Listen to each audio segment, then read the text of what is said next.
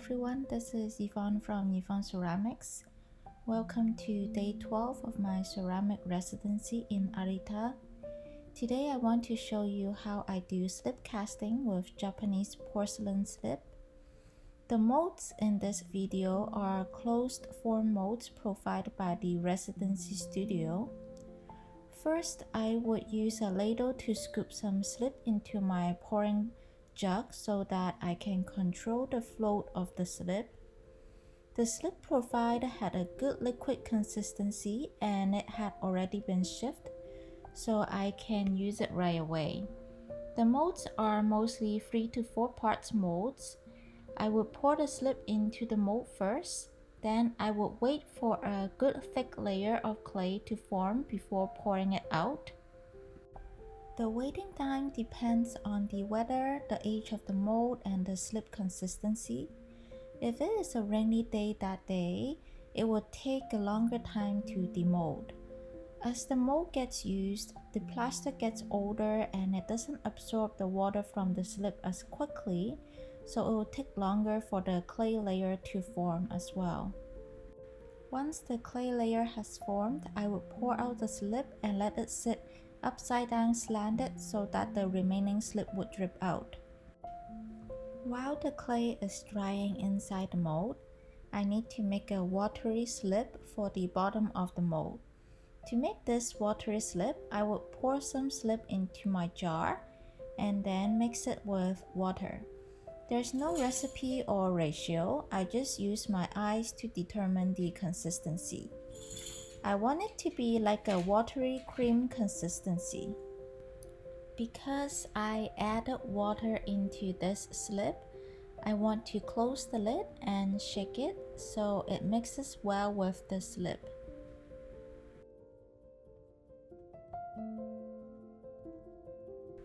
Here's the consistency I was looking for. After mixing the watery slip, it is time to clean up the clay drips on the mold. Since the molds are closed form molds, I need to clean up any leftover clay on the plaster so that the clay doesn't create a gap between the bottom and the top part of the mold. After cleaning the drips, I can pour the watery slip into the mold and then put the bottom plaster piece on. Then I would shake the mold to make sure the watery slip covers the whole bottom part of the mold. The reason why this slip has to be watery is so that it can run down and cover the whole bottom piece of the mold rather than clinging onto the top piece of the mold. Because of how watery this slip is, I would pour more of this slip into the mold so that a good layer of clay would form onto the bottom. This is my first time using a closed form mold, so the whole process was quite new to me. After finishing with the slip casting, I went back to the guest house for lunch. In the afternoon, I decided to take apart the molds and clean up the seam line.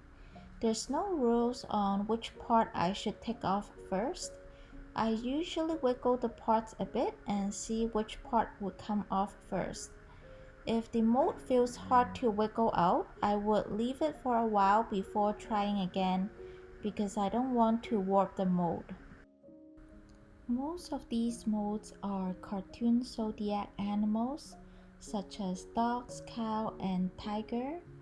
They have a large surface area on the body for drawing and painting. The style of the molds are quite different from the molds I purchased in Canada. Most of the animals molds I have in Canada have texture on it, so you can't draw or paint your own design on the body.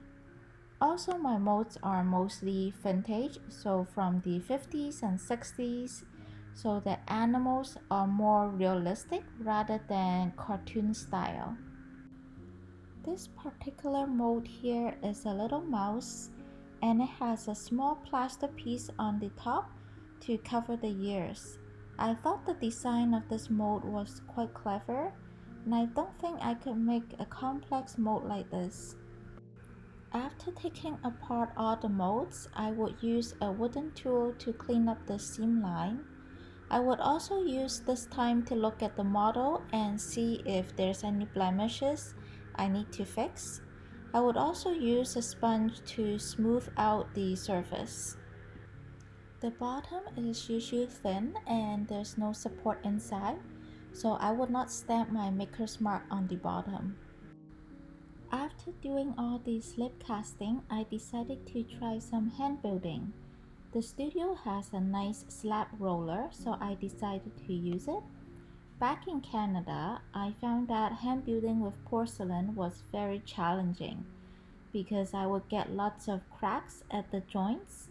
If there's sharp corner or sharp cut on the slab, it would also cause a crack. However, I just love hand building, so I decided to give it a try.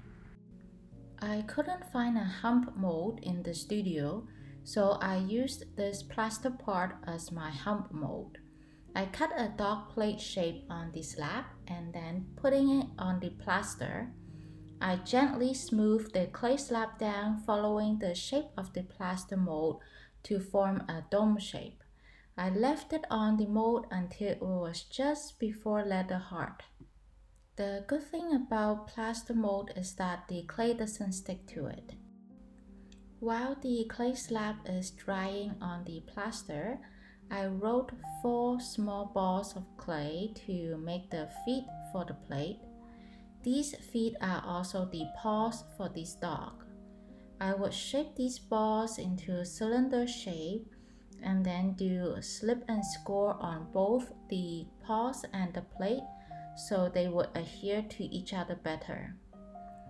For the attaching slip, I could use the casting slip or just water because the casting slip is the same clay as the slab.